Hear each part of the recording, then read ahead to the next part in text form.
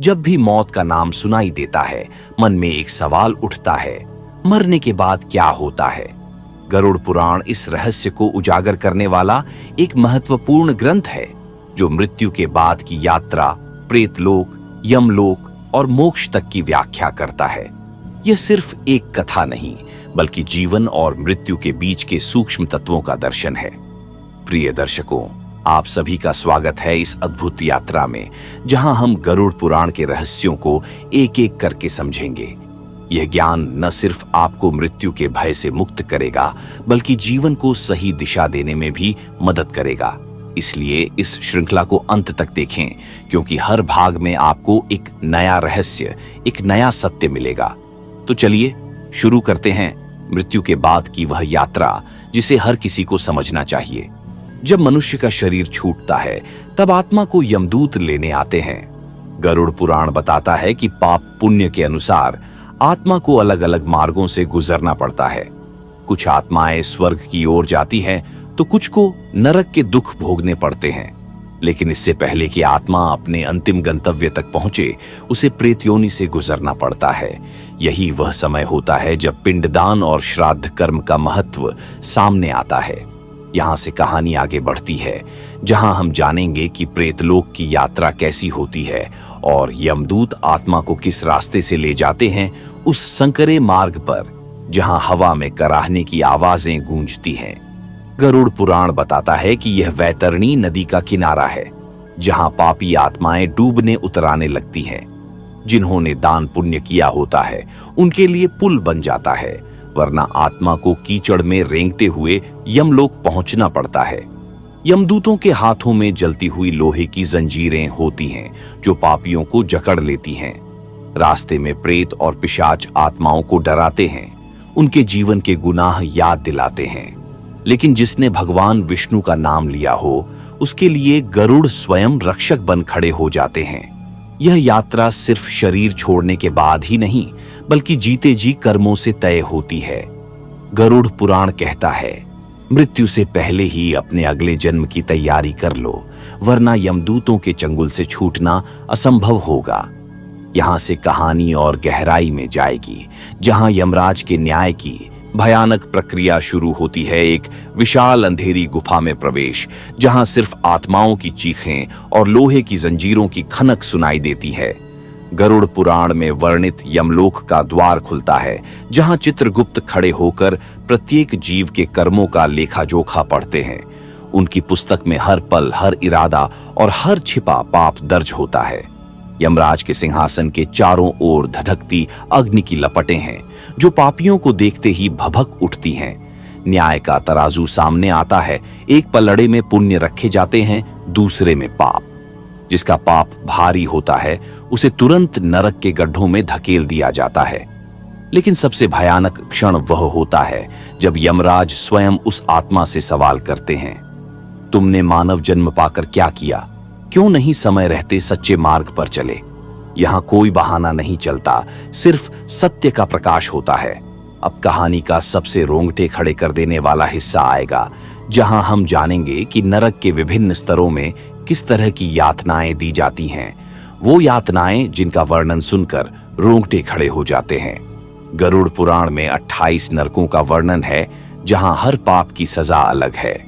जिसने कभी गरीबों का मजाक उड़ाया, उसे लोहे के गर्म सलाखों से जलाया जाता है। जिसने जानवरों को सताया, उसकी आंखें नोचकर गिद्धों को खिला दी जाती है। सबसे भयानक है तमिस्र नरक, जहां पापी को अनंत अंधकार में छोड़ दिया जाता है। वहां न कोई आवाज, न कोई रोशनी, बस अपने ही कर्मों की यादें उसे चीरती रहती हैं। और फिर है रौरव नरक, जहां लोहे के कांटों भरे बिस्तर पर पापी को लिटाकर उसके ऊपर पहाड़ जैसे पत्थर रख दिए जाते हैं। लेकिन सबसे डरावना सच ये है कि ये यातनाएं अस्थायी नहीं हैं। गरुड़ पुराण बताता है कि एक नरक वर्ष मनुष्य के 30,000 वर्षों के बराबर होता है। जब तक कर्मों का फल खत्म नहीं होता, आत्मा को भोगना ही पड़ता है। लेकिन क्या कोई रास्ता है इस भयानक गति से बचने का? अगले भाग में जानेंगे कि कैसे श्राद्ध, तर्पण और विष्णु भक्ति से यम यातना से मुक्ति मिल सकती है। मुक्ति लेकिन सिर्फ उन्हीं आत्माओं को जिन्होंने जीवित अवस्था में ही इसकी तैयारी कर ली थी। गरुड़ पुराण बताता है कि यमदूत भी उन आत्माओं को छू नहीं पाते जिन्होंने विष्णु सहस्त्र नाम का पाठ किया हो या गीता का ज्ञान सुना हो। मृत्यु के बाद के लिए सबसे शक्तिशाली सुरक्षा कवच है श्राद्ध और तर्पण। जिस व्यक्ति का पिंडदान और तर्पण नहीं होता, वह आत्मा भूख प्यास से व्याकुल होकर 1 वर्ष तक भटकती है। लेकिन जिसे पुत्र या परिवार द्वारा गंगा जल और तिल से तर्पण मिल जाता है, उसे यमलोक में भी भोजन मिलता रहता है। सबसे विशेष है गया श्राद्ध, जहां पिंडदान करने से पितरों को तुरंत मोक्ष मिल जाता है। लेकिन सबसे बड़ा रहस्य यह है कि अगर कोई मरते समय ऊ नमो नारायणाय मंत्र सुन ले तो यमदूत उसके पास भी नहीं भटकते। विष्णु भक्त के लिए तो मृत्यु एक द्वार है वैकुंठ की ओर जाने का। पर क्या होता है उन आत्माओं के साथ जिन्हें न तो नरक भेजा जाता है न ही मोक्ष मिलता है? अगले भाग में जानेंगे प्रेत योनि के रहस्यमय संसार के बारे में, एक ऐसी दुनिया का जहां न तो पूरी तरह मुक्ति है न ही सजा। यह है प्रेत योनि का रहस्यमय संसार। गरुड़ पुराण बताता है कि जिनकी अकाल मृत्यु होती है या जिनकी इच्छाएं अधूरी रह जाती हैं, वे आत्माएं 100 वर्षों तक इस लोक में भटकती हैं। इन प्रेतात्माओं का स्वरूप भयानक होता है। बड़े बड़े पेट पर सुई जैसी गर्दन, जिन्हें एक बूंद पानी पीने के लिए भी संघर्ष करना पड़ता है। कुछ आत्माएं अपने पूर्व जन्म के घरों में लटकी रहती हैं, तो कुछ उन स्थानों पर जहां उनकी मृत्यु हुई थी। पर सबसे दुखद वे आत्माएं होती हैं जिन्हें अपने प्रियजनों द्वारा भुला दिया जाता है। गरुड़ पुराण कहता है, जिस आत्मा का नाम तक नहीं लिया जाता, वह सदैव भूख प्यास से तड़पती रहती है। इसीलिए पितृपक्ष में तर्पण इतना महत्वपूर्ण है। क्या इन प्रेतात्माओं का कोई उद्धार संभव है? अगले भाग में जानेंगे कैसे एक साधारण मनुष्य भी अपने पितरों को मुक्ति दिला सकता है। हर कोई अपने पितरों को इस भटकाव से मुक्ति दिलाने का सामर्थ्य रखता है। गरुड़ पुराण में छिपा है वह ज्ञान जो मृत आत्माओं को शांति दे सकता है। सिर्फ पिंडदान ही नहीं, बल्कि कुछ विशेष मंत्र और संकल्प भी इसमें सहायक होते हैं। जब कोई व्यक्ति एयूएम पितृदेवाय नमः मंत्र का जाप करते हुए काले तिल और जल का तर्पण करता है, तो उसके पितरों को तुरंत तृप्ति मिलती है। विशेषकर अमावस्या के दिन किया गया तर्पण 100 गुना फल देता है। गरुड़ पुराण बताता है कि गंगा किनारे पिंड दान करने से तो पूरे वंश के पितरों को मोक्ष मिल जाता है। लेकिन सबसे अद्भुत उपाय है विष्णु पद में पितरों का नाम जपना। जब कोई एयूएम नमो भगवते वासुदेवाय मंत्र से अपने पूर्वजों का स्मरण करता है, तो भगवान विष्णु स्वयं उन आत्माओं को वैकुंठ पहुंचा देते हैं। यही कारण है कि श्राद्ध पक्ष में विष्णु मंदिरों में विशेष पूजा की जाती है। पर क्या होता है उन आत्माओं के साथ जिन्हें कोई याद नहीं करता? अगले भाग में जानेंगे उन भुला दिए गए पितरों का दर्दनाक सच जो कोई नहीं सुनना चाहता, पर हर उस आत्मा की आंखों में छपा होता है जिसे भुला दिया गया है। गरुड़ पुराण बताता है कि जिन पितरों का कोई वंशज नहीं बचा या जिन्हें याद करने वाला कोई नहीं रहा, वे आत्माएं सबसे ज्यादा दुखी होती हैं। ये आत्माएं न तो यमलोक जा पाती हैं, न ही मोक्ष प्राप्त कर पाती हैं। इन भटकती आत्माओं की पीड़ा का वर्णन करते हुए गरुड़ पुराण कहता है, ये आत्माएं अक्सर सड़कों पर, सूनी इमारतों में या वीरान जगहों पर रोते हुए देखी जा सकती हैं। इनकी सबसे बड़ी तकलीफ यह होती है कि इन्हें देखने वाला कोई नहीं होता।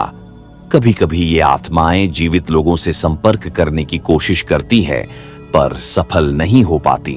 लेकिन एक रास्ता है इन आत्माओं की मदद करने का। गरुड़ पुराण के अनुसार अगर कोई व्यक्ति किसी अज्ञात पितर के लिए भी तर्पण कर दे, तो उस आत्मा को तुरंत शांति मिल जाती है। इसीलिए श्राद्ध पक्ष में सामान्य तर्पण के साथ सर्वेभ्यः पितृभ्यः नमः कहकर सभी अज्ञात आत्माओं के लिए भी जलदान किया जाता है। पर क्या होता है जब कोई आत्मा सच में मोक्ष प्राप्त कर लेती है?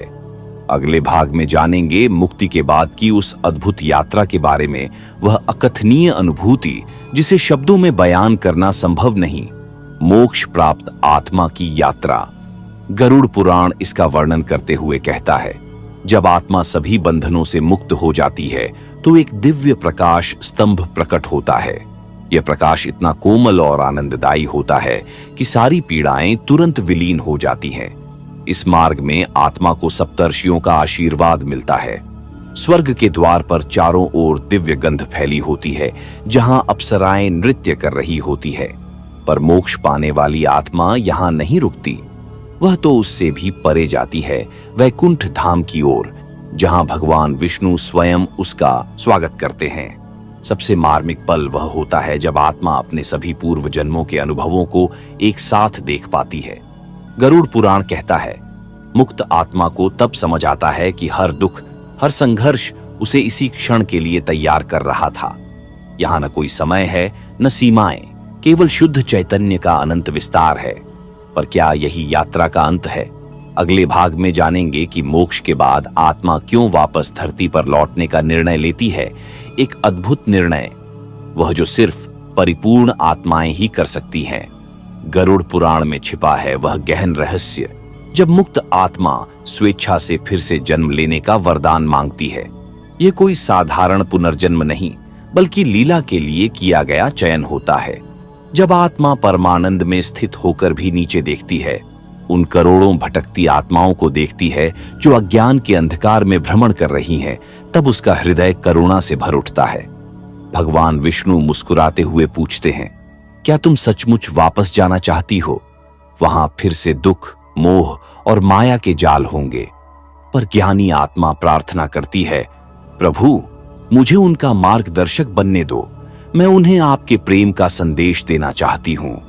यही कारण है कि संत, महात्मा और अवतार इस धरती पर प्रकट होते हैं, न कर्म बंधन के लिए, बल्कि दूसरों को मुक्ति के मार्ग पर चलाने के लिए। क्या आप जानते हैं कि ऐसी आत्माएं अपने जन्म के समय ही कैसे पहचानी जाती हैं? अगले भाग में जानेंगे दिव्य बालकों के रहस्यमय चिन्हों के बारे में। वे विशेष चिन्ह जो केवल दिव्य आत्माओं में ही प्रकट होते हैं। गरुड़ पुराण में वर्णित है कि जब कोई विशेष आत्मा धरती पर अवतरित होती है, तो प्रकृति स्वयं उसके जन्म की घोषणा करती है। ऐसे बालकों के जन्म के समय अद्भुत संकेत प्रकट होते हैं। आकाश में दिव्य प्रकाश, फूलों की वर्षा या अदृश्य वाद्यों की ध्वनि।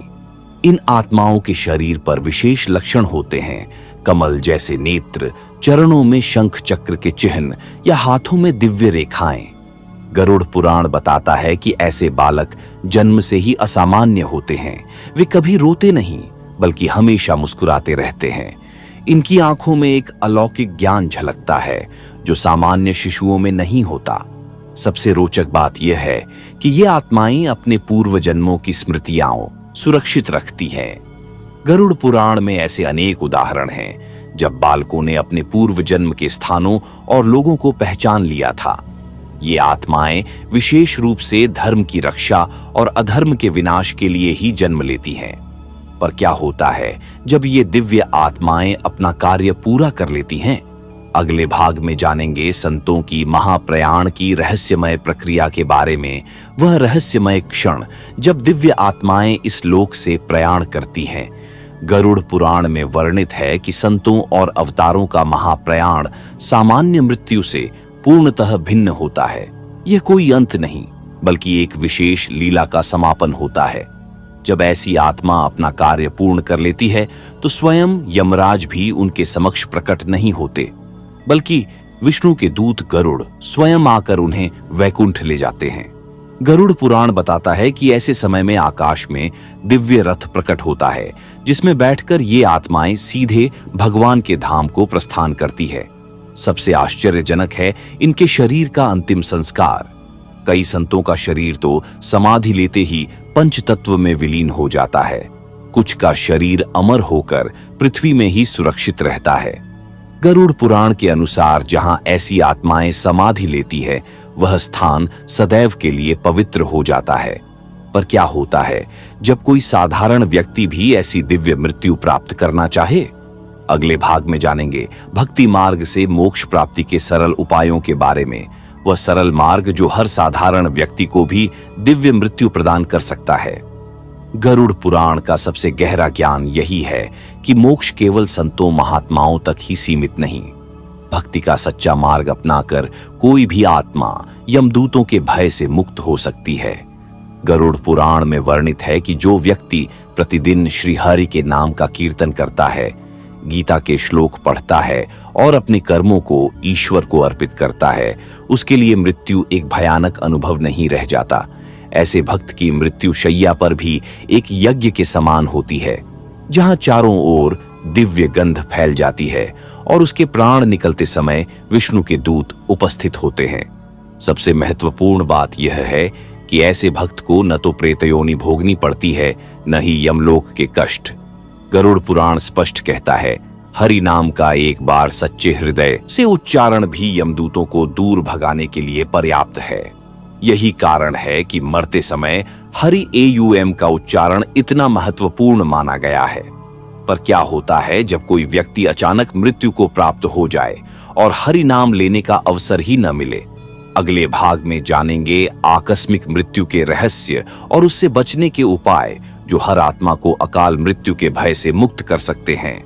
गरुड़ पुराण में वर्णित है कि जब कोई व्यक्ति बिना तैयारी के अचानक मृत्यु को प्राप्त होता है, तब भी आशा की एक किरण बची रहती है। यही वह गहन ज्ञान है जिसे जानकर कोई भी मनुष्य यमदूतों के चंगुल से बच सकता है। ऐसी आत्माएं जो अचानक दुर्घटना, हत्या या आत्महत्या से मरती हैं, उनके लिए गरुड़ पुराण एक विशेष उपाय बताता है। यदि मृतक के परिजन उसके नाम से AUM नमो नारायणाय का जप करें और गंगा जल से तर्पण करें, तो यमदूत उस आत्मा को मुक्त कर देते हैं। विशेष रूप से कार्तिक मास में किया गया ऐसा तर्पण 100 गुना फल देता है। लेकिन सबसे प्रभावी उपाय है जीवित अवस्था में ही गरुड़ कवच का पाठ करना। यह विष्णु भक्तों के लिए एक दिव्य कवच है जो अकाल मृत्यु से रक्षा करता है। गरुड़ पुराण कहता है, जिसने गरुड़ कवच को हृदय से धारण कर लिया, यम भी उसके पास नहीं फटक सकते। पर क्या होता है उन आत्माओं के साथ जिन्हें न तर्पण मिलता है, न ही कोई मुक्ति का उपाय? अगले भाग में जानेंगे भूत प्रेत बनने की विवशता और उससे छुटकारे के अद्भुत तरीके जो सबसे लाचार आत्माओं को भी प्रेत योनि से मुक्ति दिला सकते हैं। गरुड़ पुराण में छिपा है वह गूढ़ ज्ञान जो भूत प्रेत बनी आत्माओं के उद्धार का मार्ग दिखाता है। ये वे आत्माएं हैं जिन्हें न तो मोक्ष मिल पाता है, न ही पुनर्जन्म, सिर्फ भटकना और भुगतना। इन आत्माओं की पीड़ा सबसे भयानक होती है। वे न तो जीवित हैं, न मृत। गरुड़ पुराण बताता है कि जब कोई आत्मा अधूरी इच्छाओं, गहरे आक्रोश या गलत साधनाओं के कारण प्रेत बन जाती है, तब उसे शांति देने के लिए विशेष अनुष्ठान की आवश्यकता होती है। AUM नमो भगवते वासुदेवाय मंत्र का 1,00,000 बार जप करने से ऐसी आत्माएं मुक्त हो जाती है। लेकिन सबसे प्रभावी उपाय है गया श्राद्ध।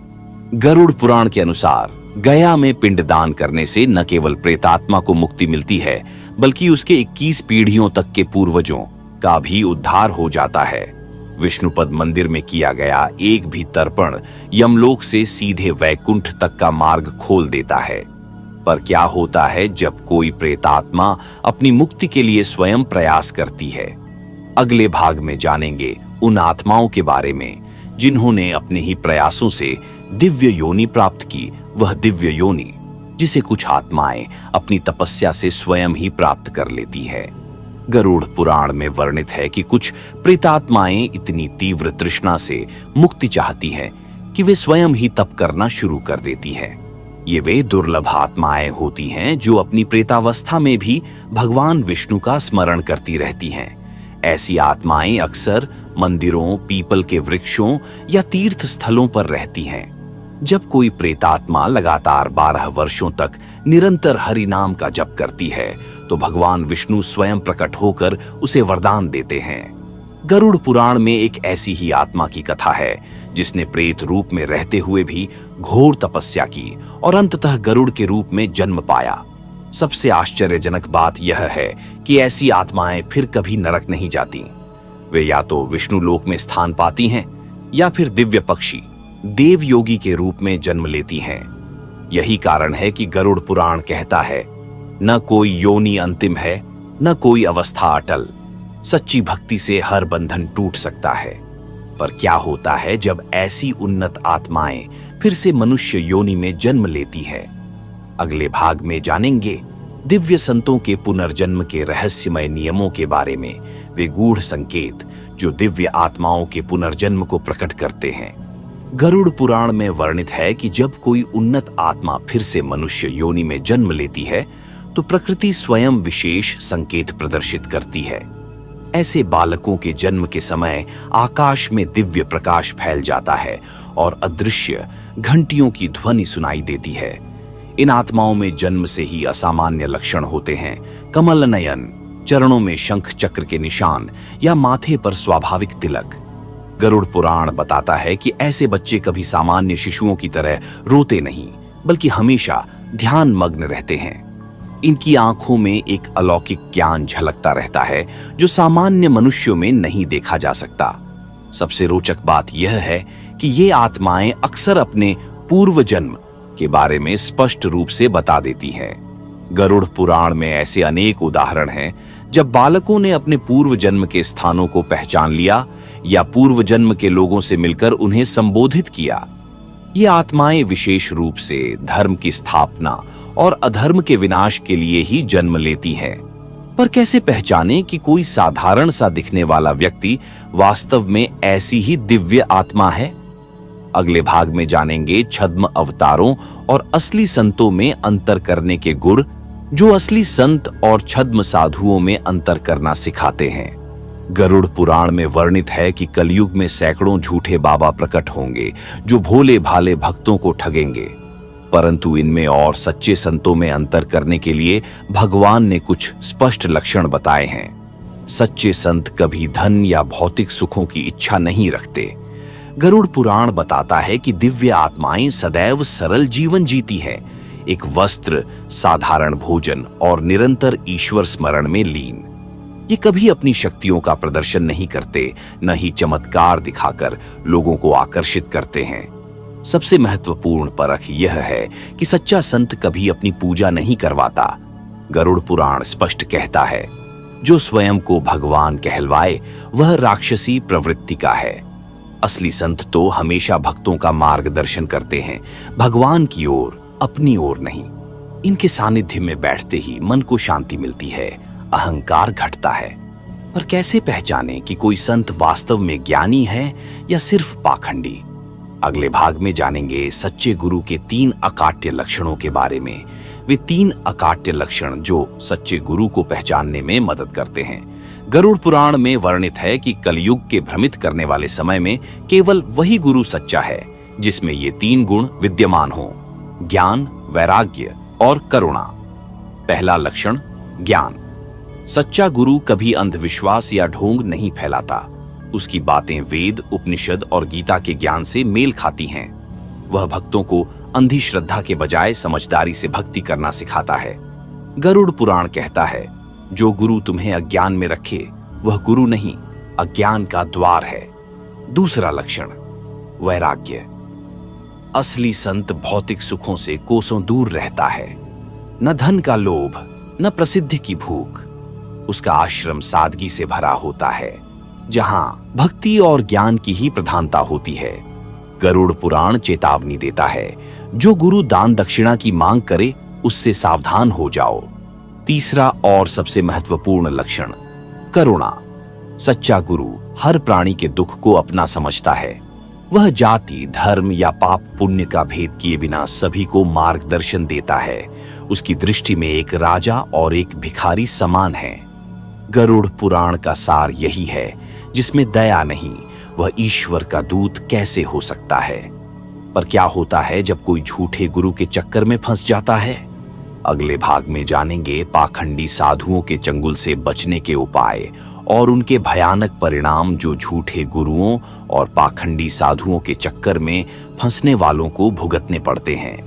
गरुड़ पुराण में स्पष्ट चेतावनी दी गई है कि जो व्यक्ति मिथ्या आचरण करने वाले संतों की शरण में जाता है उसका आध्यात्मिक पतन निश्चित है। ऐसे ठग साधुओं के प्रभाव में आकर भक्त अपने जीवन के कीमती वर्षों को व्यर्थ गंवा देते हैं। गरुड़ पुराण बताता है कि ये पाखंडी लोग भोले भक्तों से धन, श्रम और भक्ति तो ले लेते हैं, पर मोक्ष का मार्ग नहीं दिखाते। नतीजा, आत्मा भटकती रह जाती है और मृत्यु के बाद यमदूतों के हवाले हो जाती है। सबसे भयानक सच यह है कि ऐसे झूठे गुरुओं का अनुसरण करने वाले भक्तों को मरने के बाद विशेष नरक भोगना पड़ता है, प्रतारक नरक, जहां उन्हें अपने गुरु के साथ ही यातनाएं सहनी पड़ती हैं। गरुड़ पुराण कहता है, जिसने अज्ञानी को गुरु बनाया वह स्वयं अंधे के अंधे कूप में गिरता है। लेकिन एक रास्ता बचाव का भी है। अगर कोई भक्त किसी झूठे गुरु के प्रभाव में आकर भी बाद में सच्चे ज्ञान को पहचान ले और पश्चाताप करे तो भगवान विष्णु की कृपा से उसका उद्धार संभव है। बस शर्त यह है कि वह हृदय से पाखंड को त्याग दे और सच्चे गुरु की खोज शुरू कर दे। पर सवाल यह उठता है कि अगर कोई व्यक्ति अपने जीवन में कभी सच्चा गुरु ही न पा सके तो क्या उसका उद्धार असंभव है? अगले भाग में जानेंगे गुरु के बिना भी मोक्ष पाने के विशेष उपायों के बारे में, वे गूढ़ रहस्य जो बिना गुरु के भी मोक्ष का मार्ग खोलते हैं। गरुड़ पुराण में छिपा है वह ज्ञान जो भक्तों को आश्वस्त करता है कि यदि सच्चा गुरु न मिले तो भी भगवान विष्णु स्वयं मार्गदर्शक बन सकते हैं। पर शर्त है श्रद्धा, सच्ची लगन और स्वयं के प्रयास। गरुड़ पुराण बताता है कि जो व्यक्ति नियमित रूप से श्रीमद् भागवत गीता पावच का अध्ययन करता है उसे गुरु की आवश्यकता नहीं रह जाती। गीता में स्वयं भगवान कृष्ण ने अर्जुन को समझाया था कि यह ज्ञान ही सर्वश्रेष्ठ गुरु है। जो इसे पढ़कर समझ लेता है उसके लिए प्रत्येक श्लोक एक दिव्य मार्गदर्शक बन जाता है। एक और उपाय है श्री हरि के नाम का निरंतर जपौस। गरुड़ पुराण कहता है, जिसने एयूएम नमो नारायणाय मंत्र को हृदय से धारण कर लिया उसका गुरु स्वयं श्री हरि हो जाते हैं। ऐसे भक्तों को यमदूत छू भी नहीं पाते क्योंकि उनके आसपास विष्णु का दिव्य प्रकाश हमेशा विद्यमान रहता है।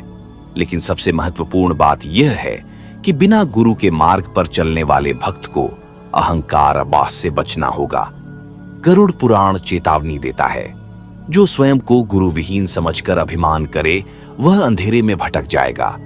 इसलिए भले ही साकार गुरु न मिले पर भगवान को ही सर्वश्रेष्ठ मार्गदर्शक मानकर चले। पर क्या होता है जब कोई भक्त सच्चे मन से गुरु की खोज करता है पर उसे मिलता नहीं? अगले भाग में जानेंगे कैसे ईश्वर स्वयं उसकी मदद करते हैं, वह चमत्कार जब ईश्वर स्वयं गुरु बनकर आते हैं। गरुड़ पुराण में वर्णित है कि जब कोई सच्चा साधक पूरी निष्ठा से गुरु की खोज करता है पर उसे मार्गदर्शन नहीं मिल पाता, तब भगवान विष्णु किसी न किसी रूप में प्रकट होकर उसका मार्गदर्शन करते हैं। ऐसे भक्तों के सपनों में दिव्य संकेत आते हैं या फिर कोई अज्ञात साधु उन्हें सही दिशा दिखाकर अदृश्य हो जाता है। गरुड़ पुराण में एक ऐसे ही भक्त की कथा है जिसे जंगल में एक रहस्यमय बूढ़े व्यक्ति ने गीता का वह अध्याय समझाया जिसे वह महीनों से नहीं समझ पा रहा था, और फिर वह व्यक्ति कहीं गायब हो गया। सबसे आश्चर्यजनक बात यह है कि ईश्वर कभी कभी पशु पक्षियों के रूप में भी ज्ञान देते हैं। गरुड़ पुराण में वर्णित है कि एक भक्त को एक कौए ने वह मंत्र सिखाया जिससे उसका उद्धार हुआ। यह सिद्ध करता है कि जहां सच्ची लगन होती है वहां गुरु स्वयं प्रकट हो जाते हैं। पर क्या होता है जब कोई भक्त अपने गुरु के प्रति श्रद्धा खो देता है? अगले भाग में जानेंगे गुरु का अपमान करने वालों के भयानक परिणामों के बारे में वह भयानक पाप जो गुरु के अपमान से होता है। गरुड़ पुराण में स्पष्ट चेतावनी दी गई है कि जो व्यक्ति अपने गुरु का अनादर करता है उसके लिए नरक के सबसे गहरे स्तर निश्चित हैं। यह पाप इतना भीषण माना गया है कि इसके लिए कोई प्रायश्चित नहीं, सिर्फ दंड है।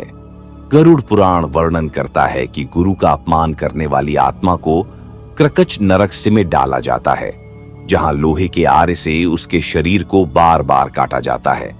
पर यह सजा सिर्फ शारीरिक नहीं, मानसिक भी है। ऐसी आत्मा को अपने गुरु के प्रति किए गए हर अपमानजनक शब्द और कर्म की पुनरावृत्ति करनी पड़ती है, जिससे उसकी पीड़ा और बढ़ जाती है। लेकिन सबसे डरावना सच यह है कि गुरु के प्रति किया गया अपमान न सिर्फ अपराधी को बल्कि उसके साथ पीढ़ियों तक को प्रभावित करता है। गरुड़ पुराण कहता है, गुरुद्रोही के वंशज तक मोक्ष से वंचित रह जाते हैं जब तक कि विष्णु स्वयं कृपा न कर दें। पर क्या होता है जब कोई गलती से या अज्ञानवश गुरु का अपमान कर दे? अगले भाग में जानेंगे इस भयंकर पाप से बचने के उपाय और प्रायश्चित के बारे में, वे विशेष उपाय जो गुरु अपमान के पाप से मुक्ति दिला सकते हैं। गरुड़ पुराण में वर्णित है कि यदि कोई व्यक्ति गलती से या अज्ञानवश अपने गुरु का अनादर कर दे तो उसके लिए अभी भी आशा की किरण है, बशर्ते वह सच्चे मन से पश्चाताप करे। पहला और सबसे प्रभावी उपाय है गुरु के चरणों में सच्ची क्षमा याचना। गरुड़ पुराण कहता है कि यदि शिष्य गुरु के सामने नतमस्तक होकर अपनी भूल स्वीकार कर ले तो गुरु की कृपा से उसका पाप धुल जाता है, पर शर्त यह है कि यह क्षमा मांगना दिखावे के लिए नहीं बल्कि हृदय से होना चाहिए। दूसरा मार्ग है गुरु गीता का नियमित पाठ। जो व्यक्ति 40 दिन तक लगातार गुरु गीता का पाठ करता है उसके सभी गुरु द्रोह के पाप नष्ट हो जाते हैं। गरुड़ पुराण में उल्लेख है कि इस पाठ से गुरु और शिष्य के बीच का टूटा बंधन फिर से जुड़ जाता है। सबसे महत्वपूर्ण बात यह है कि भविष्य में ऐसी गलती न हो, इसके लिए गुरु मंत्र ओम गुरुभ्यो नमः का जप करना चाहिए। यह मंत्र न सिर्फ पापों को धोता है बल्कि गुरु के प्रति सम्मान की भावना को भी जगाता है। पर क्या होता है जब गुरु स्वयं ही अपने शिष्य के साथ अन्याय करे? अगले भाग में जानेंगे दुष्ट गुरुओं से बचने के उपाय और उनके कर्मों का फल, जो दुष्ट गुरुओं को अपने कर्मों के अनुसार भुगतने पड़ते हैं। गरुड़ पुराण में स्पष्ट कहा गया है कि जो गुरु अपने शिष्यों का शोषण करता है, झूठे ज्ञान से भ्रमित करता है या उन्हें अधर्म की ओर ले जाता है, उसकी गति सबसे भयानक होती है। ऐसे गुरुओं के लिए ब्रह्म राक्षस योनियाव निश्चित है, जहां उन्हें भूख प्यास से तड़पते हुए सैकड़ों वर्ष बिताने पड़ते हैं। गरुड़ पुराण वर्णन करता है कि ये दुष्ट आत्माएं अक्सर पीपल के पेड़ों या गांवों के बाहर भटकती दिखाई देती है, जहां वे अपने पापों का प्रायश्चित करती हैं। सबसे कठोर सजा उन गुरुओं के लिए है जो भक्तों की श्रद्धा का दुरुपयोग करते हैं। गरुड़ पुराण के अनुसार ऐसे लोगों को तमिस्र नरक में जाना पड़ता है, एक ऐसा अंधकारमय स्थान जहां न तो समय का बोध रहता है न ही मुक्ति की कोई आशा। वहां उन्हें अपने ही किए हुए पापों को बार बार याद करना पड़ता है। पर क्या होता है जब कोई शिष्य अपने दुष्ट गुरु से बचना चाहता है? अगले भाग में जानेंगे गुरु शिष्य के बंधन को तोड़ने के धार्मिक नियमों के बारे में, वे धार्मिक नियम जो गुरु शिष्य के बंधन को तोड़ने का मार्ग दिखाते हैं। गरुड़ पुराण में वर्णित है कि जब कोई गुरु अपने कर्तव्य से भटक जाए और शिष्य को अधर्म की ओर ले जाने लगे तो उससे दूर हो जाना ही श्रेयस्कर है, परंतु इसके लिए केवल भावनाओं के आधार पर नहीं बल्कि धर्मशास्त्रों के नियमों के अनुसार ही कदम उठाना चाहिए। पहला नियम है गुरु की अधर्मी आज्ञा को मानने से इनकार करना। गरुड़ पुराण स्पष्ट करता है कि यदि गुरु शिष्य से पाप कर्म करवाए, धन लूटे या अहितकारी आदेश दे तो उस आज्ञा का पालन न करना ही धर्म है। ऐसे में शिष्य को चुपचाप उस गुरु का साथ छोड़ देना चाहिए, बिना किसी विवाद या अपमान के। दूसरा महत्वपूर्ण चरण है विष्णु सहस्त्र नाम का पाठ करके संबंध विच्छेद की घोषणा करना। शिष्य को भगवान विष्णु के सामने दीपक जलाकर प्रार्थना करनी चाहिए, हे नारायण, मैं अमुख गुरु के दुष्ट मार्ग को छोड़कर सच्चे ज्ञान की खोज में निकलता हूं, मेरी रक्षा करो। इससे आध्यात्मिक बंधन स्वतः टूट जाता है। पर क्या होता है जब कोई शिष्य नए सिरे से सच्चे गुरु की खोज करना चाहता है? अगले भाग में जानेंगे गुरु परिवर्तन के पवित्र नियमों और सावधानियों के बारे में, वे पवित्र नियम जो गुरु परिवर्तन को धार्मिक और सुरक्षित बनाते हैं। गरुड़ पुराण में स्पष्ट किया गया है कि गुरु बदलना कोई सामान्य निर्णय नहीं बल्कि एक गंभीर आध्यात्मिक प्रक्रिया है जिसे विधि विधान से करना आवश्यक है। पहला सिद्धांत है पूर्व गुरु का अपमान न करना। भले ही वह गुरु अब आपके मार्ग में न हो, पर उसके प्रति सम्मान की भावना बनाए रखना आवश्यक है। गरुड़ पुराण चेतावनी देता है, जो पुराने गुरु को कोसता है, नया गुरु उसे कभी पूर्ण ज्ञान नहीं देता। दूसरा नियम, कम से कम 41 दिनों का अंतराल। जब तक आप एक गुरु को छोड़कर दूसरे की शरण में न जाएं, तब तक इस अवधि में केवल एयुम नमो नारायणाय मंत्र का जप करें। यह समय आपकी आत्मा को पूर्व संस्कारों से मुक्त करने के लिए आवश्यक है। सबसे महत्वपूर्ण बात, नए गुरु की परीक्षा। गरुड़ पुराण 3 मापदंड बताता है। 1. क्या वह वेदों के अनुकूल ज्ञान देता है? दूसरा, क्या उसका जीवन उसके उपदेशों के अनुरूप है? तीसरा, क्या वह आपके आध्यात्मिक विकास में वास्तविक सहायक है? पर क्या होता है जब कोई व्यक्ति बार बार गुरु बदलता रहे? अगले भाग में जानेंगे गुरु हॉपिंग के खतरों और आध्यात्मिक अस्थिरता के परिणामों के बारे में, वे गंभीर परिणाम जो बार बार गुरु बदलने से उत्पन्न होते हैं। गरुड़ पुराण में इसे आध्यात्मिक भटकाव की संज्ञा दी गई है, एक ऐसी स्थिति जहां आत्मा न तो एक मार्ग पर टिक पाती है, न ही पूर्ण ज्ञान प्राप्त कर पाती है। गरुड़ पुराण वर्णित है कि जो व्यक्ति हर कुछ वर्षों में नया गुरु ढूंढता रहता है, उसकी आध्यात्मिक प्रगति रुक जाती है। ऐसे लोगों को मृत्यु के बाद ध्रुव तारा लोक में जाना पड़ता है, एक ऐसा विचित्र स्थान जहां आत्मा हर पल अपना मार्ग बदलती रहती है किंतु कहीं पहुंच नहीं पाती। यहां न तो सुख है न ही दुख, केवल अनिश्चितता का भाव है। सबसे भयानक प्रभाव यह होता है कि ऐसे लोगों की श्रद्धा शक्तिबा कमजोर हो जाती है। गरुड़ पुराण कहता है, जिसने 7 गुरुओं को बदला उसकी बुद्धि इंद्रियों का दास बन जाती है। नतीजतन मृत्यु के समय ऐसे लोगों को न तो गुरु का स्मरण होता है न ही ईश्वर का, और यमदूत उन्हें आसानी से अपने साथ ले जाते हैं। पर क्या होता है जब कोई अपने जीवन में सही गुरु की पहचान ही नहीं कर पाता? अगले भाग में जानेंगे गुरु चयन की अंतिम विधि और भगवान विष्णु के विशेष संकेतों के बारे में, वे दिव्य संकेत जो सही गुरु की पहचान करवाते हैं। गरुड़ पुराण में वर्णित है कि जब कोई साधक सच्चे मन से गुरु की खोज करता है तो भगवान विष्णु स्वयं उसके लिए मार्ग प्रशस्त करते हैं। ये संकेत सूक्ष्म होते हैं पर जागरूक मन उन्हें पहचान सकता है। पहला संकेत है अंतर्मन की शांति। जब साधक सही गुरु के समक्ष बैठता है तो उसका मन बिना किसी प्रयास के शांत हो जाता है। गरुड़ पुराण कहता है, जहां प्रश्नों का उत्तर मिले बिना ही मन तृप्त हो जाए, वही सच्चा गुरु है। दूसरा महत्वपूर्ण संकेत, स्वप्न दर्शन। भगवान अक्सर सपनों में सही मार्गदर्शक का संकेत देते हैं। कोई दिव्य पुरुष, पवित्र पशु या पेड़ दिखाई दे तो समझ लेना चाहिए कि गुरु मिलने वाला है। गरुड़ पुराण में उल्लेख है कि जिस गुरु के दर्शन से पहले साधक को स्वप्न में गरुड़, हंस या कमल दिखे, वह उसका सच्चा मार्गदर्शक होगा। सबसे निर्णायक परीक्षा है गुरु का प्रथम उपदेश। यदि गुरु का पहला शब्द ही साधक के हृदय में प्रकाश भर दे, उसकी सभी शंकाओं का समाधान कर दे, तो समझ लेना चाहिए कि यही ईश्वर द्वारा भेजा गया मार्गदर्शक है। पर क्या होता है जब सच्चा गुरु मिल जाए? अगले भाग में जानेंगे गुरु शिष्य परंपरा के पवित्र नियमों और आध्यात्मिक सफलता के रहस्यों के बारे में। वे पवित्र नियम जो गुरु शिष्य परंपरा को सनातन धर्म की रीढ़ बनाते हैं। गरुड़ पुराण में वर्णित है कि जब एक सच्चा गुरु और सच्चा शिष्य मिल जाते हैं तो उनके बीच एक दिव्य संबंध स्थापित होता है जो जन्म जन्मांतर तक चलता है। पहला नियम है शिष्य का समर्पण। गरुड़ पुराण कहता है कि शिष्य को गुरु के चरणों में अपना अहंकार, संदेह और सभी प्रश्न समर्पित कर देने चाहिए। पर यह समर्पण अंधा नहीं बल्कि जागरूक होना चाहिए। जैसे नदी समुद्र में मिलकर भी अपना अस्तित्व नहीं खोती, वैसे ही शिष्य को गुरु में लीन होते हुए भी अपनी बुद्धि को सक्रिय रखना चाहिए। दूसरा स्तंभ है गुरु का दायित्व। एक सच्चा गुरु कभी भी शिष्य को अपना सेवक नहीं समझता। गरुड़ पुराण स्पष्ट करता है, जो गुरु शिष्य से केवल सेवा करवाता है, ज्ञान नहीं देता, वह शिष्य के पापों का भागीदार बनता है।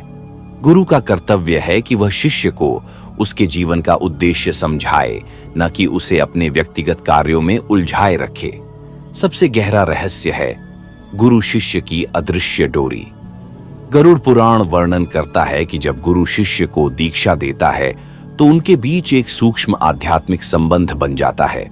यह डोरी इतनी शक्तिशाली होती है कि गुरु अपने शिष्य को किसी भी लोक से, किसी भी स्थिति में मार्गदर्शन दे सकता है, चाहे वह इस लोक में हो या परलोक में। पर क्या होता है जब गुरु या शिष्य में से एक मृत्यु को प्राप्त हो जाए?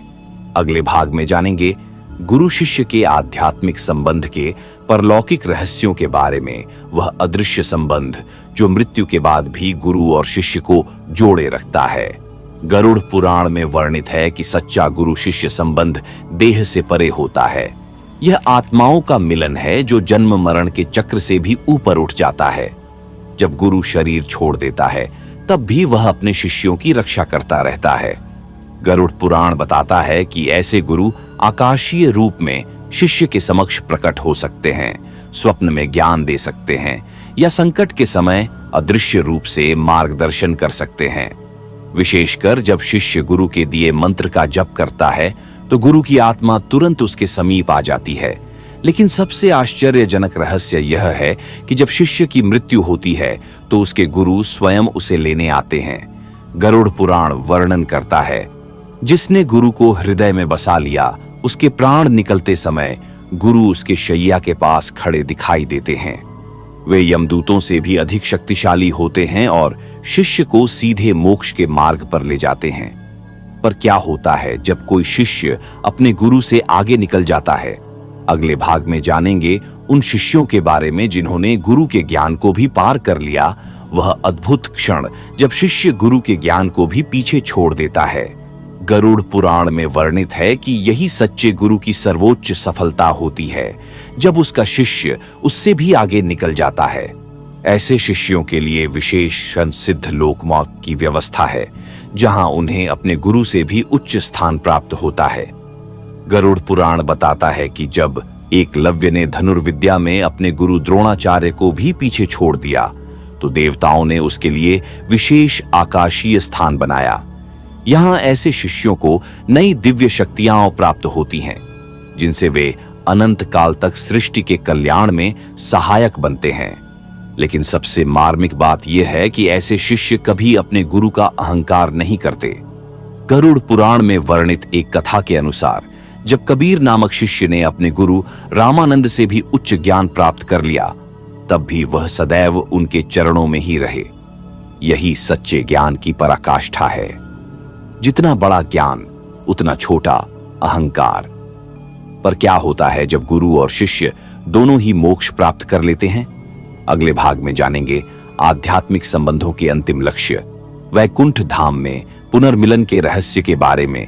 वह दिव्य मिलन जो वैकुंठ धाम में गुरु और शिष्य को पुनः एक कर देता है। गरुड़ पुराण में वर्णित है कि मोक्ष प्राप्त करने के बाद गुरु और शिष्य का संबंध और भी गहरा हो जाता है, जहां कोई भेद नहीं रह जाता। जब दोनों आत्माएं वैकुंठ पहुंचती हैं तो भगवान विष्णु स्वयं उन्हें एक विशेष स्थान प्रदान करते हैं, गुरु शिष्य धाम। यहां न तो गुरु रहता है न ही शिष्य, केवल दो आत्माएं होती हैं जो अनंत ज्ञान के आनंद में एकाकार हो जाती हैं। गरुड़ पुराण कहता है, जिसने गुरुत्व और शिष्यत्व को पार कर लिया वही वास्तव में परमात्मा को पा सकता है। सबसे अद्भुत बात यह है कि ऐसी आत्माएं फिर कभी भी अलग नहीं होती। वे संपूर्ण ब्रह्मांड में जहां चाहें विचरण कर सकती हैं, कभी कैलाश पर तपस्या करते हुए, कभी गोलोक में रास रचाते हुए, तो कभी पृथ्वी पर नए साधकों का मार्गदर्शन करते हुए। पर वे हमेशा साथ रहती हैं, क्योंकि अब उनके बीच प्रेम ही एकमात्र संबंध है। पर क्या होता है जब ये आत्माएं फिर से धरती पर अवतरित होने का निर्णय लेती है? अगले भाग में जानेंगे दिव्य जोड़ियों के पुनर्जन्म के रहस्यमय नियमों के बारे में। वे रहस्यमय नियम जो गुरु शिष्य को एक साथ अवतरित होने के लिए बाध्य करते हैं।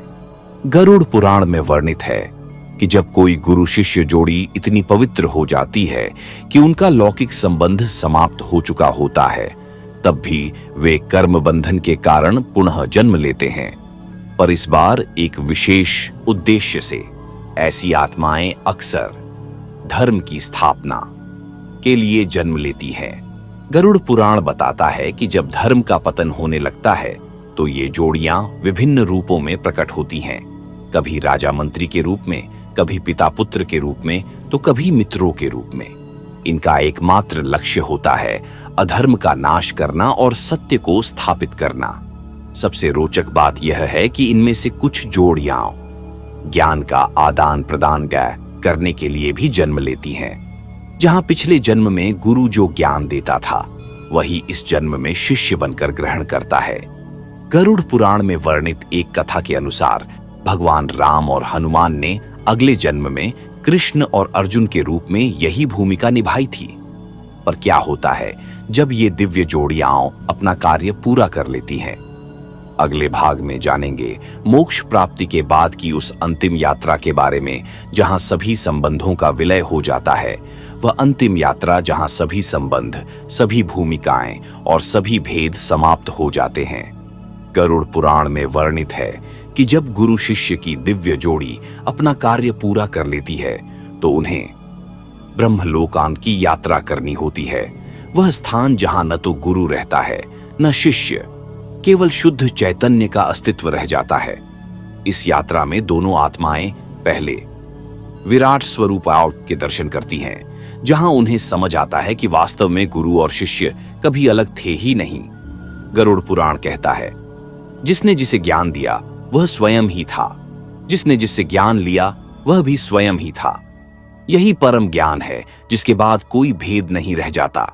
सबसे मार्मिक क्षण वह होता है जब ये आत्माएं भगवान विष्णु के समक्ष पहुंचती हैं।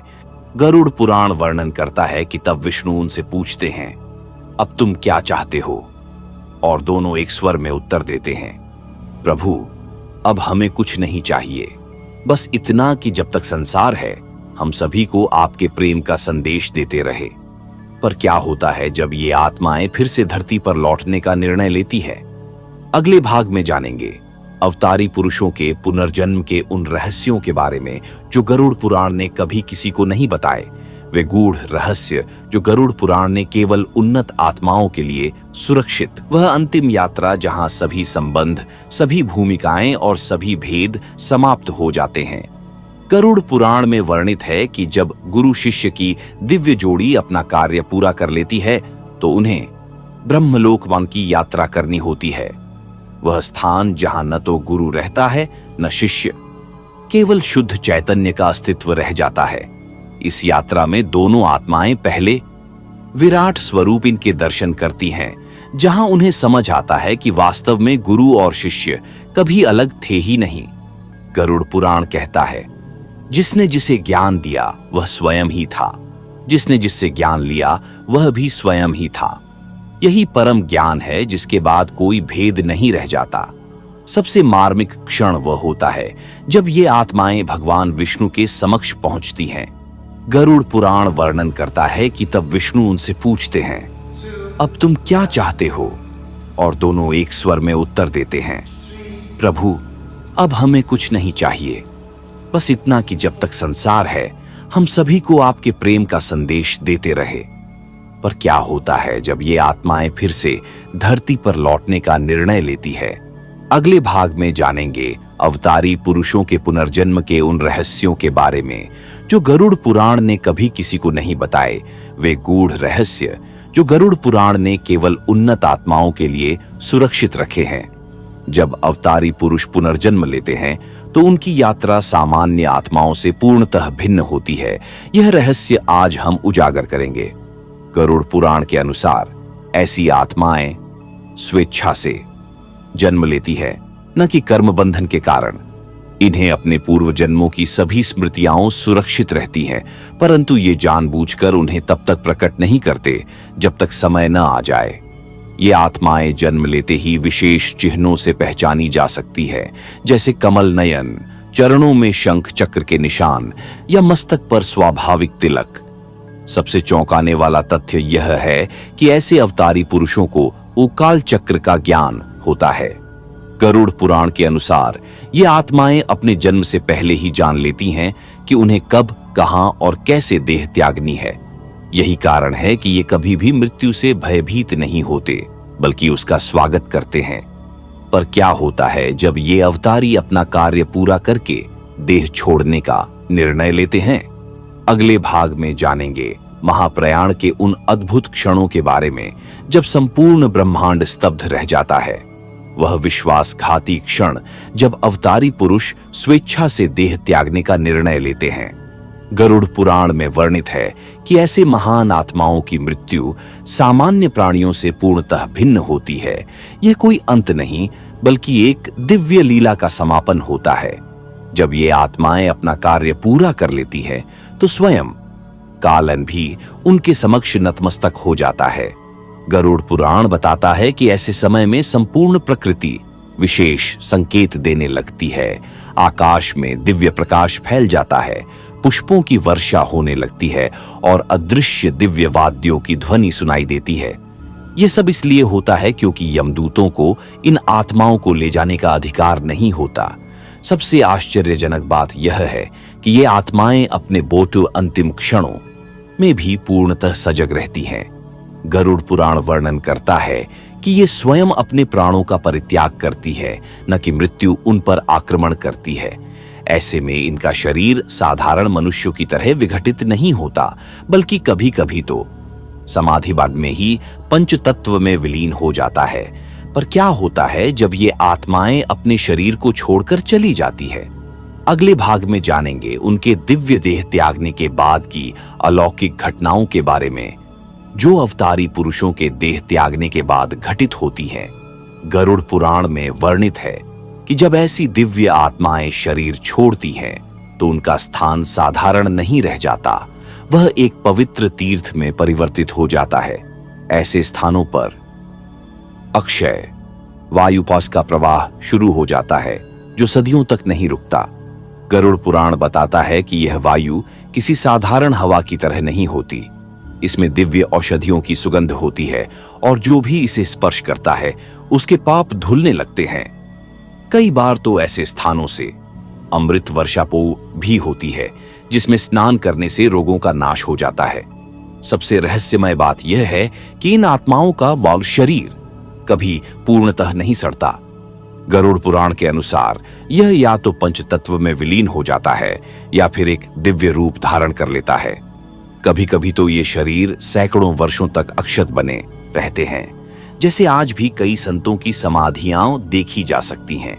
पर क्या होता है जब कोई साधारण व्यक्ति ऐसे पवित्र स्थान पर जाता है?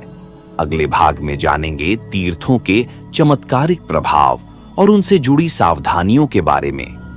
वे चमत्कारिक प्रभाव जो पवित्र तीर्थों में साधारण मनुष्यों पर होते हैं।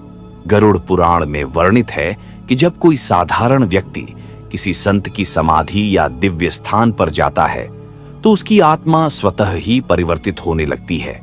ऐसे स्थानों पर अदृश्य ऊर्जा का प्रवाह इतना प्रबल होता है कि यहां आने वाले के कर्मों का फल तुरंत प्रकट होने लगता है।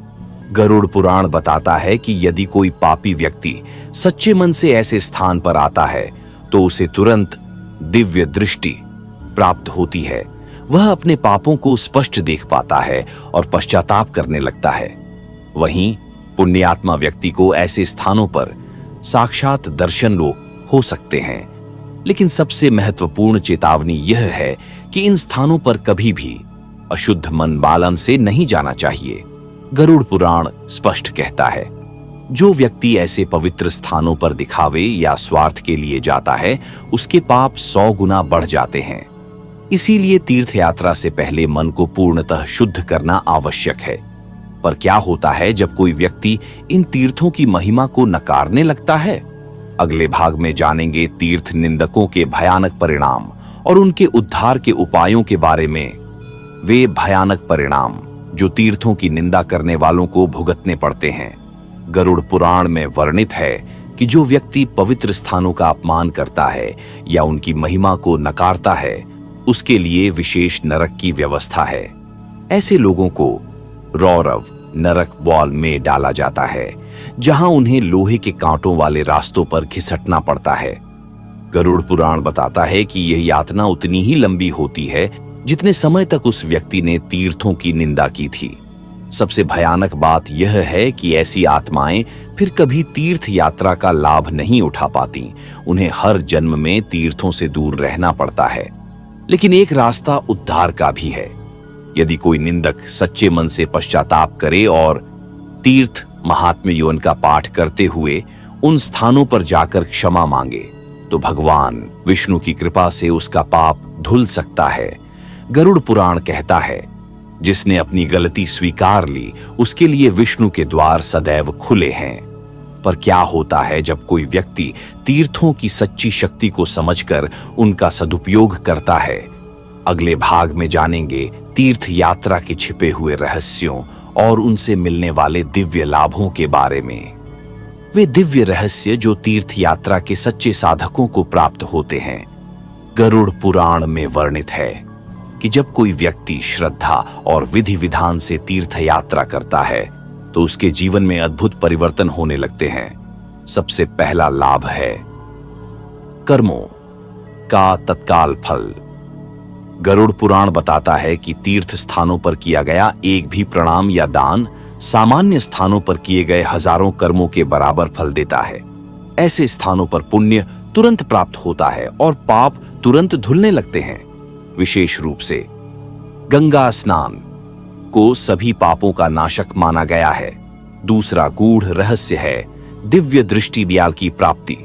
जो साधक नियमित रूप से तीर्थ यात्रा करता है उसे धीरे धीरे अलौकिक घटनाओं के दर्शन होने लगते हैं। गरुड़ पुराण में वर्णित है कि ऐसे लोगों को कभी देव दर्शन होते हैं तो कभी भूतकाल की घटनाओं के दृश्य स्वतः प्रकट हो जाते हैं। सबसे महत्वपूर्ण बात यह है कि तीर्थ यात्रा करने वाले को मृत्यु का भय समाप्त हो जाता है। गरुड़ पुराण कहता है, जिसने सच्चे मन से तीर्थ यात्रा की है उसके लिए मृत्यु एक द्वार मात्र है, भय का कारण नहीं। पर क्या होता है जब कोई व्यक्ति तीर्थ यात्रा के दौरान ही अपने प्राण त्याग दे? अगले भाग में जानेंगे तीर्थ स्थलों पर मृत्यु के विशेष फल और उससे जुड़े रहस्यों के बारे में। वह विशेष मोक्ष जो तीर्थ स्थलों पर प्राण त्यागने वालों को प्राप्त होता है। गरुड़ पुराण में वर्णित है कि जब कोई व्यक्ति तीर्थ यात्रा के दौरान अपने प्राण त्यागता है तो उसकी आत्मा को सीधे विष्णु लोक की प्राप्ति होती है। यह साधारण मृत्यु से पूर्णतः भिन्न होता है। ऐसी आत्माओं को यमदूत नहीं बल्कि विष्णु दूत यह लेने आते हैं। गरुड़ पुराण बताता है कि इन आत्माओं के शरीर से निकलते समय एक दिव्य प्रकाश निकलता है जिसे देखकर सभी देवता आशीर्वाद देते हैं। यहाँ तक कि यदि व्यक्ति का जन्म पापी कुल में हुआ हो तो भी उसे इस मोक्ष से कोई नहीं रोक सकता। सबसे आश्चर्यजनक बात यह है कि ऐसे लोगों को अंतिम संस्कार की भी आवश्यकता नहीं होती। गरुड़ पुराण कहता है कि तीर्थ स्थल पर मृत शरीर स्वतः ही पंच तत्व में विलीन हो जाता है। कई बार तो ऐसे शरीरों से दिव्य गंध निकलती है और उन पर फूल बरसने लगते हैं। पर क्या होता है जब कोई व्यक्ति तीर्थ यात्रा पर जाने से पहले ही मर जाए? अगले भाग में जानेंगे अधूरी तीर्थ यात्रा का रहस्य और उससे जुड़े विशेष उपायों के बारे में। वे विशेष उपाय जो अधूरी तीर्थ यात्रा को भी पूर्ण फलदायी बना सकते हैं। गरुड़ पुराण में वर्णित है कि जब कोई व्यक्ति तीर्थ यात्रा का संकल्प लेकर भी उसे पूरा नहीं कर पाता तो उसके परिजन कुछ विशेष कर्मों द्वारा उसकी इच्छा पूरी कर सकते हैं। पहला और सबसे प्रभावी उपाय है तीर्थ प्रतिनिधि भेजना। गरुड़ पुराण कहता है कि यदि कोई व्यक्ति मृतक के नाम से तीर्थ यात्रा करे और वहां उसके लिए पिंडदान तर्पण करे तो मृतक को वही फल प्राप्त होता है जैसे उसने स्वयं यात्रा की हो। विशेष रूप से गया श्राद्धों के आदर में ऐसा करने से पितरों को तुरंत मोक्ष मिलता है। दूसरा महत्वपूर्ण तरीका है तीर्थ जल का संरक्षण। यदि मरने से पहले व्यक्ति किसी पवित्र नदी, गंगा, यमुना आदि का जल अपने घर ले आए तो मृत्यु के बाद उस जल से शरीर को स्पर्श कराने मात्र से तीर्थ स्नान का फल प्राप्त हो जाता है। गरुड़ पुराण इसे अंतिम तीर्थ बाटिलू की संज्ञा देता है। सबसे आश्चर्यजनक बात यह है कि यदि परिवार वाले हरिद्वार या काशी मायूस में मृतक का नाम लिखवा दें तो उसे वहां मरने के समान ही फल मिलता है। गरुड़ पुराण में वर्णित एक कथा के अनुसार ऐसा करने से मृतक की आत्मा को तीर्थ यात्रा का पूरा पुण्य प्राप्त हो जाता है। पर क्या होता है जब कोई व्यक्ति बिना किसी तीर्थ यात्रा के ही मोक्ष प्राप्त करना चाहे? अगले भाग में जानेंगे घर बैठे मोक्ष पाने के उन गुप्त उपायों के बारे में जो गरुड़ पुराण ने बताए हैं। वे गुप्त उपाय जो घर बैठे ही मोक्ष का मार्ग प्रशस्त करते हैं। गरुड़ पुराण में वर्णित है कि जो व्यक्ति सच्चे मन से इन विधियों का पालन करे उसे तीर्थ यात्रा के समान ही फल प्राप्त होता है। सबसे सरल विधि है गंगा जल का दैनिक उपयोग। यदि कोई प्रतिदिन सुबह गंगा जल से तिलक करे और थोड़ा जल पिए तो उसे हरिद्वार स्नान का पुण्य मिलता है। गरुड़ पुराण कहता है, जिस घर में गंगा जल रहता है वहां यमदूत प्रवेश नहीं कर सकते। दूसरा शक्तिशाली उपाय है द्वारका की मिट्टी। यदि घर के मंदिर में द्वारकाधीश की मूर्ति के नीचे से लाई गई मिट्टी रखी जाए तो वह संपूर्ण घर को तीर्थ स्थल में बदल देती है।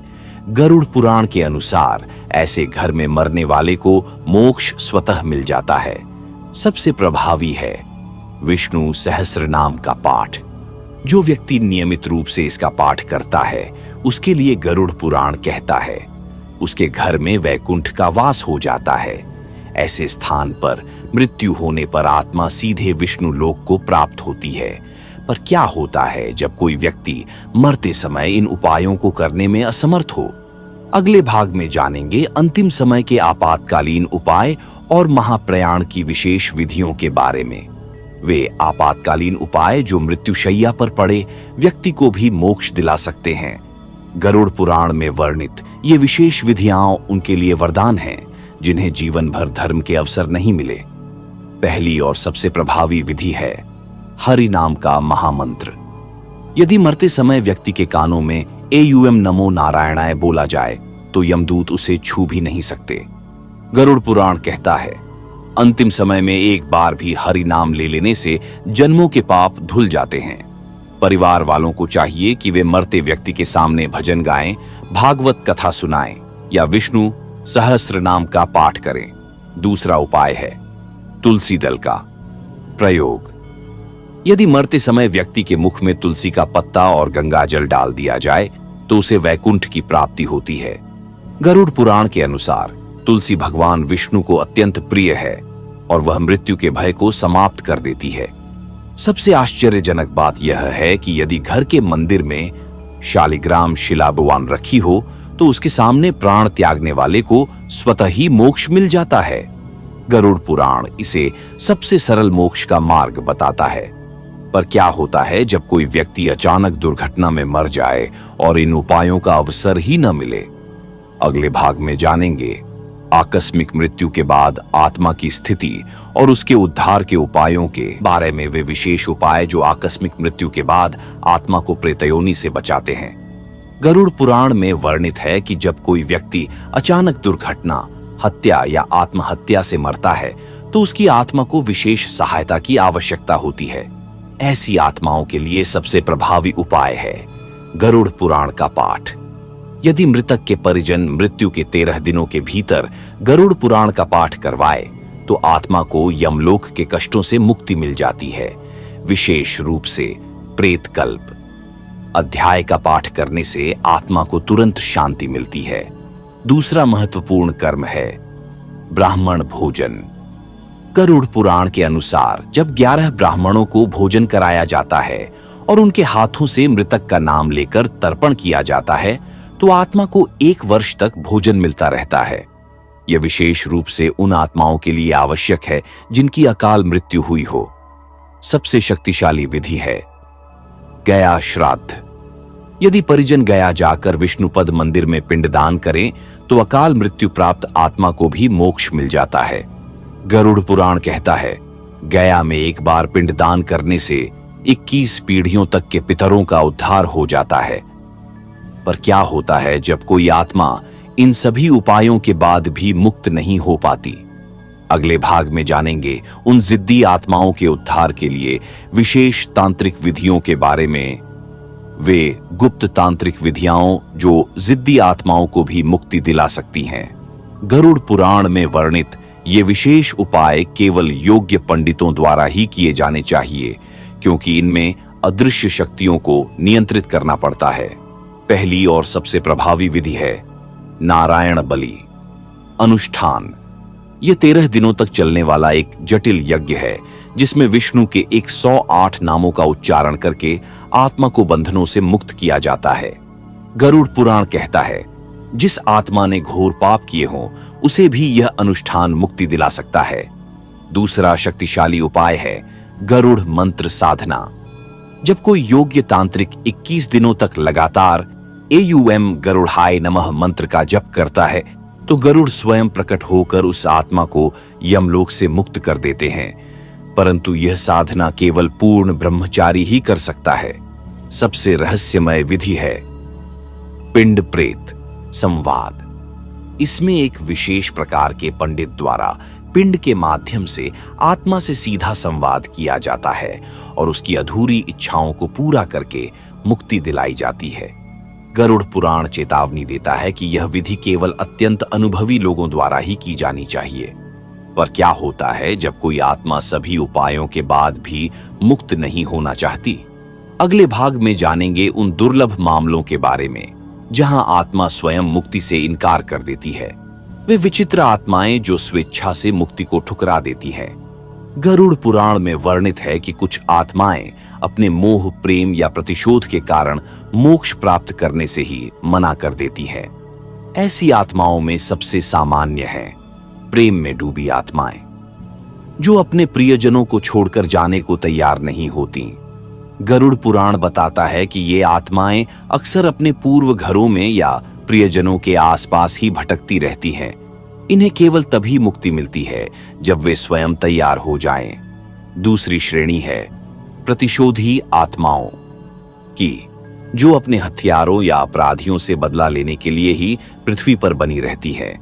गरुड़ पुराण चेतावनी देता है कि ऐसी आत्माएं धीरे धीरे पिशाच योनि में चली जाती हैं और सैकड़ों वर्षों तक भटकती हैं। सबसे दुर्लभ है धर्म रक्षक आत्माएं, जो स्वेच्छा से मुक्ति को त्याग देती है ताकि वे अपने वंश या स्थान की रक्षा कर सकें।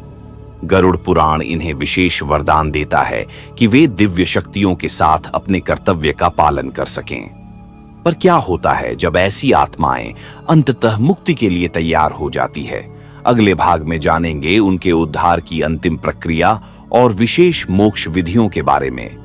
वह अंतिम मोक्ष प्रक्रिया जो जिद्दी आत्माओं को भी स्वतंत्र कर देती है। गरुड़ पुराण में वर्णित है कि जब ऐसी आत्माएं अंततः मुक्ति के लिए तैयार होती है तो भगवान विष्णु स्वयं उनके लिए विशेष व्यवस्था करते हैं। पहला चरण है दिव्य साक्षात्कार। इसमें आत्मा को स्वयं भगवान विष्णु या उनके अवतार दर्शन देकर समझाते हैं कि मोह और प्रतिशोध व्यर्थ है। गरुड़ पुराण बताता है कि ऐसे समय में आत्मा के सामने उसके सभी पूर्व जन्मों के दृश्य प्रकट होते हैं, जिससे उसे समझ आता है कि वह कितने समय से भटक रही है। दूसरा चरण है प्रायश्चित कर्म। इसमें आत्मा को अपने द्वारा किए गए पापों का फल भोगना पड़ता है, लेकिन विष्णु की कृपा से यह प्रक्रिया संक्षिप्त कर दी जाती है। गरुड़ पुराण में वर्णित है कि ऐसी आत्माएं अक्सर महाप्रलय के समय विशेष रूप से मुक्ति पाती है, जब सभी आत्माओं का उद्धार होता है। सबसे महत्वपूर्ण बात यह है कि अंत में इन आत्माओं को विशेष मोक्ष धाम प्राप्त होता है। गरुड़ पुराण इसे गरुड़ लोक कहता है, एक ऐसा स्थान जहां ये आत्माएं गरुड़ के साथ रहकर विष्णु की सेवा करती है और अंततः वैकुंठ को प्राप्त होती है। पर क्या होता है जब सभी आत्माएं मुक्त हो जाती हैं?